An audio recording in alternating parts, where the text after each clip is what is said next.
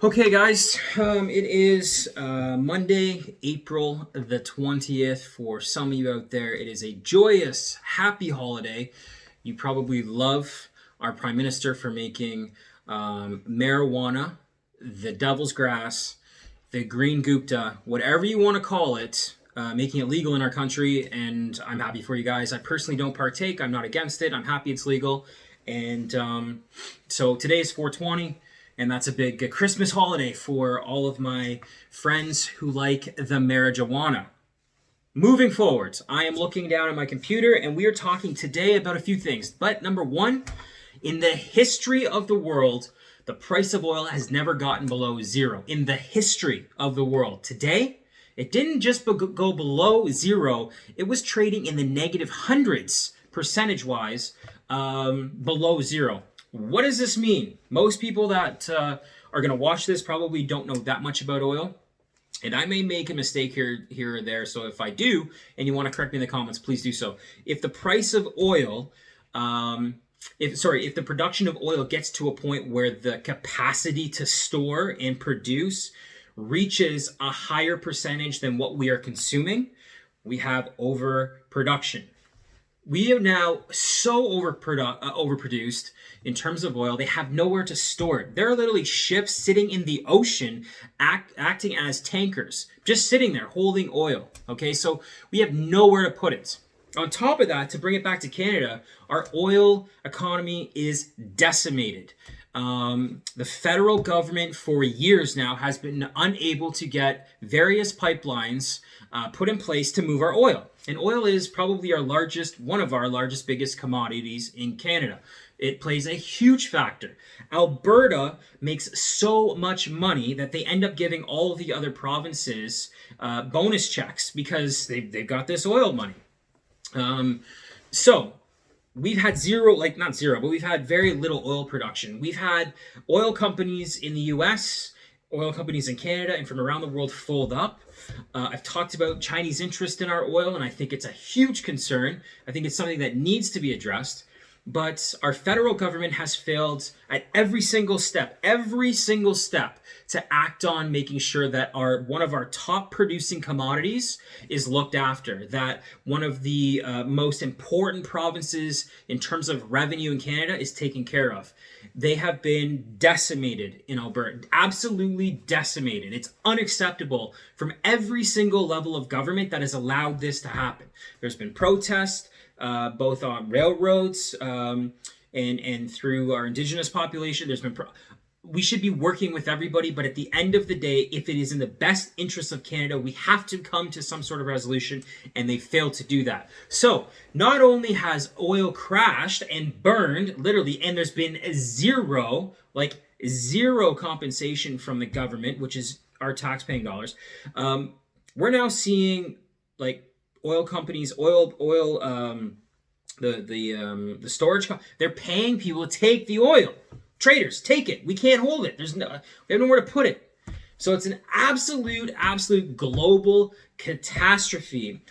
COVID, horrible, sucks. Nobody wants to be dealing with this. No one wants to stay inside our houses. We need to get back to work. And I have a very important video coming out in, I believe, this week. I'm almost done making it, and then it's going to take a lot of time to edit and produce. So I have a plan to get Canadians back to work in a socially responsible, ethical, and good for everybody kind of way. So I'm excited to drop that. I've got an op-ed for our Prime Minister called Dear Justin that I'm going to be dropping as well, which is going to be asking him to step aside and allowing proper leadership to come in and take control of this company. We have added, ladies and gentlemen, I want you to think about this for a second, okay? Now, I'm not against just the Liberal government. I think all forms of government have failed us as Canadians at every single level. So I'm not being political, picking on the Liberals. The Liberals are just in minority power, and right now Trudeau is the face of that power. So I'm talking about him specifically, but I'm not propping up Scheer or anybody else.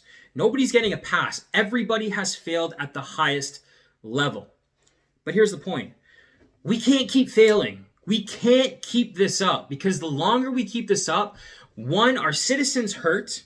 We're going to be in a major hurt. Two, as a global leader in different categories, we are dramatically falling quickly. Our value to the rest of the world in terms of investments, in terms of exports, dramatically falling. Dramatically falling. So we need, in my opinion, is going to be, we need to have a new political party that is something completely different. We need to offer the people of Canada something completely different. An opportunity to put Canadians first. Not to worry about being, you don't have to like the Liberals because that they enjoy and want to make sure our environment is taken care of. That should just be a given. We should have equality amongst people. That shouldn't be a political party decision. That should be a Canadian citizen decision. We should look after small and medium-sized businesses. We should take care of large corporations that employ thousands of people and make sure that there's incentives to hire more people. That's not just a conservative value. That should be a Canadian value. So we need to have a party. We need to have somebody that can step into that role, that can offer the leadership, that can offer the guidance and come up with a strategy. Come up with something that we can go and compete in the rest of the world and not get trampled on like we have for decades. And so I'm proposing something like that in one of my upcoming videos. I will be asking the Prime Minister to step down, and it's an opinion. It's just an op-ed on my end. So we are seeing the COVID levels, the coronavirus numbers and levels starting to sort of level out and taper off. Part of it is to do with social distancing. Part of it is part of the lockdown. In fact, a lot of doctors are coming in and saying we're in better shape than the best case scenarios that they talked about. No kidding. No kidding. You're not telling me the media spun this in an absolutely negative way, took the most negative opinion and churned it through to make everybody think the world was falling? Really? So to go back to my point, in 150 years, it took the nation, our nation, it took Canada to go through multiple world wars, to go through a couple of large depressions, many recessions. It took us 150 plus years. 150 to get our national debt to $750 billion. And in 3 to 6 months, we are going to add another $300 to $500 billion because of what we're doing today. We will never recover from this. We cannot import enough immigration into our country to create enough tax revenue to pay for our debt. It is impossible. It's impossible. We cannot do what is being proposed and, quite frankly, what is being implemented right now. It is not sustainable for our country. We are going to experience extreme hyperinflation, many, many millions of job losses. People are going to be, it will turn, if we go down that road, into a massive depression where the number of suicides and mental health deaths and heart attack deaths, all of these will blow what we've seen out of COVID-19 and deaths in Canada from COVID-19, which I think is hovering around 1,300. Let me tell you something. People compare alcohol deaths or suicides or anything else to COVID. Not one death is worth more or less than another. When a human being dies for any reason, that death is worth just as much as somebody else. No life is worth more than another. Not one life. Okay? So I'm not putting the coronavirus death lightly or heavily. I'm not taking anything and putting it in a different context to try and prop something else up. We have to look at the overall situation